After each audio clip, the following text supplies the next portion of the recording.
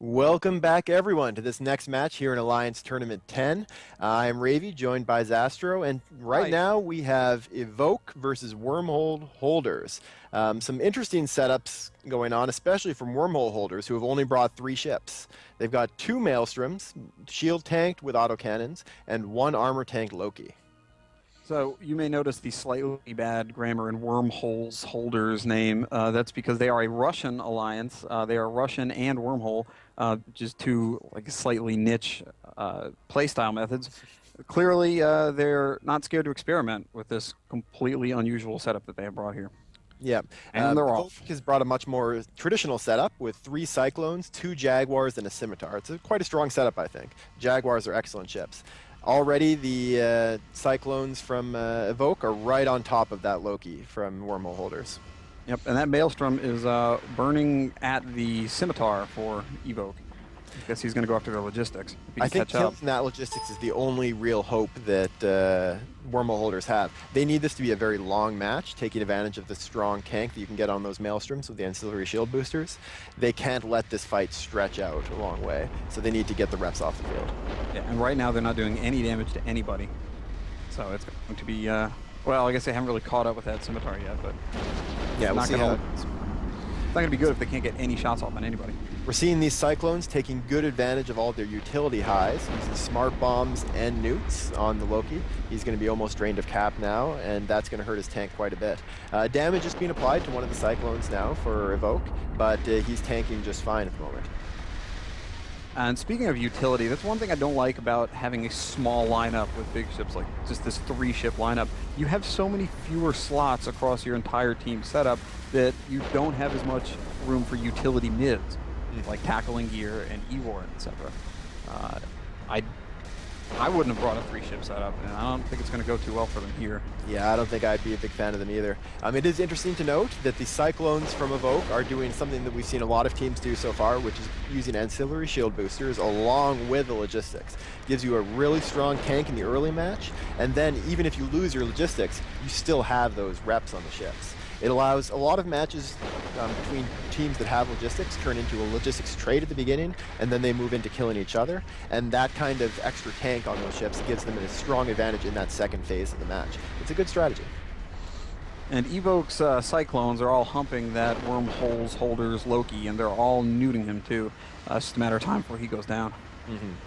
Those newts, I think, are going to be very key in this fight, because those Maelstroms are not going to go down easily. And with the newts, as we see now the Loki destroyed for Wormhole holders, now the damage is going to switch to one of the Maelstroms. As you see... The Maelstroms have both caught up with the Scimitar, and they're sitting on top of him, shooting him. But so far, not doing too good. I don't think they're able to connect very strongly, especially that one Maelstrom's essentially humping the Scimitar. The problem is, with that Loki gone, these Maelstroms don't have any tackle. We're not seeing any webs on the Simi, which means that the Simi can get in very close to them and make it very hard for their guns to track. They're going to have to split up, and in that case, only one of them is going to be able to deal good damage. And, like just about every ship we've seen in this match, that Scimitar also has an ancillary shield booster fit. It's tanking itself, so it can actually rep the damage. The Scimitar knows this. He's essentially humping Wellian Maelstrom and staying so close that Maelstrom's big battleship guns aren't able to track the Scimitar, especially when he's not tanked or anything. He's just floating around full speed. Yeah. We are seeing from the Wormhole holders Maelstroms, they do have ECCM on their ships, which is excellent because there's ECM drones hitting them, and that's what's allowing them to still be able to continue firing. Also, they have smart bombs, which is a bit odd on the drones. But in this case, it worked well because it killed the drones. It's not every day you see smart bomb Maelstroms, because they do have 8 guns for their 8 hives. Yeah, but those ECM drones that are on the Maelstroms could... That's another battleship problem, is they're susceptible to E-War. So by clearing off all those ECM drones, they can actually continue to shoot. It's an interesting choice, not something we see a lot, but I think it is a choice that's very worth making. Having a smart bomb on at least one of them, you don't necessarily have to have it on both, is the kind of thing that gives you a lot of a big advantage facing drone teams. Enough so that it's worth losing the turret. We're seeing the first Maelstrom about to die now for Wormhole holders, and Evoke is going to be taking this match very convincingly, probably with no losses. Yeah, absolutely. There's nothing that one remaining Maelstrom is going to be able to do to any of the Evoke ships.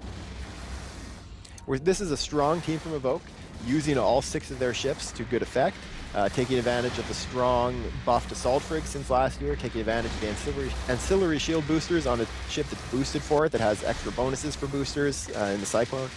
It's a setup that they can use possibly later, or they may want to switch it up, but it's strong for sure. Yep, so that last Maelstrom is just being slowly chewed down. He's unable to really get any damage to stick on any of the Evoke ships. So it's interesting seeing how quickly he's going down, because the ancillary shield booster gives him a very strong tank. There's a lot of DPS coming into him.